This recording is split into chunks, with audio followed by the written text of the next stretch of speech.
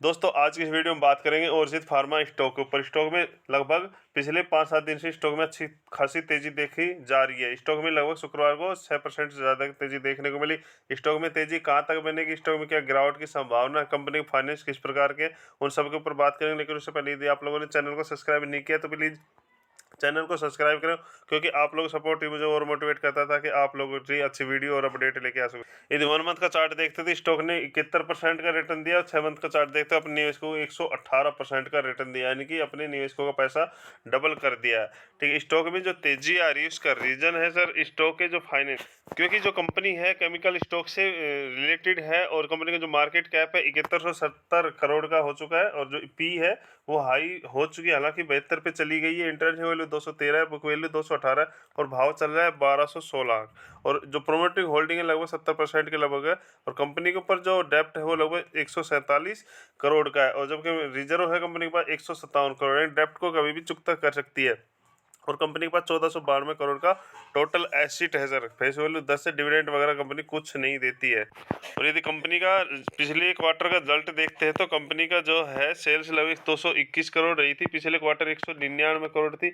उसके बाद जो नेट प्रॉफिट देखने को मिल रहा है तो वो 29 करोड़ का है। ठीक है, पिछले क्वार्टर 20 करोड़ का था, उससे पहले सालाना देखते तो 8 करोड़ का था। तो इस दोनों लेवल से क्वार्टर वाइज और ईयर वाइज देखते तो स्टॉक में के जो जंप देखने को मिला है, ठीक है, नेट प्रॉफिट जंप देखने को मिला है। लेकिन कंपनी जो फर्स्ट यहाँ पे देखते हैं ना, फोर्थ क्वार्टर था पिछले मार्च का, वहाँ पे लगभग 59 करोड़ का कंपनी को प्रॉफिट हुआ था। बट इस लेवल से देखते हैं तो कंपनी के प्रॉफिट में जंप देखने को मिल रहा है। और साथ में जो कंपनी के जो प्रमोटिंग होल्डिंग देखे, जो शेयर पैटर्न देखते हैं तो वहाँ पे एक चीज़ देखने को मिलती है। ठीक है, यहाँ पे ठीक है जून में ऑफेस आया था, शायद जून में ऑफेस आया था 58% 90%। उसके बाद यहाँ पे जून 2022 के बाद स्टॉक में मार्च 2023 में 89% से 72% और 69% आ गई है। तो स्टॉक में और एफआई का भी डाटा देखो, 8% से एफआई ने 8% से डाउन कर लिया, हाफ कर लिया। तो कहीं ना कहीं अब प्रॉफिट बुकिंग होनी शुरू हो गई है। ठीक है, हालांकि डीआई ने यहाँ पे खरीदारी की जो 7% थी, 5% थी जो पब्लिक के पास, वहाँ पे 11% 11.5% तक उनके पास शेयर पैटर्न पहुँच चुका है। तो इस स्टॉक में हालांकि लॉन्ग टर्म का स्टॉक है, ठीक है, केमिकल स्टॉक है, लॉन्ग टर्म का स्टॉक है। बट इस लेवल पे यदि किसी को लॉन्ग टर्म पे जाना चाहता है तो वो लॉन्ग टर्म पे इस लेवल को खरीदारी कर सकता है, शॉर्ट टर्म के लिए नहीं सर, क्योंकि शॉर्ट टर्म में स्टॉक में अब प्रॉफिट बुकिंग भी हो सकती है और गिरावट होगी तो फिर आप लोग पैनिक हो जाओगे। तो ठीक है सर।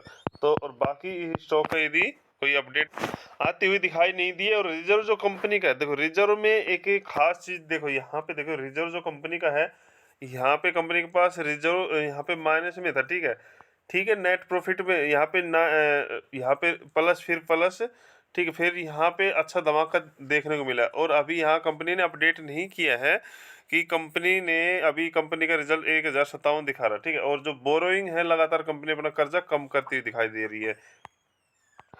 हालांकि बीएससी भी देखते तो ये एएसएम स्टेज 1 में स्टॉक को डाला गया है और जब इसकी लिमिट है अभी भी 20% की अपर सर्किट और लोअर सर्किट की लिमिट है।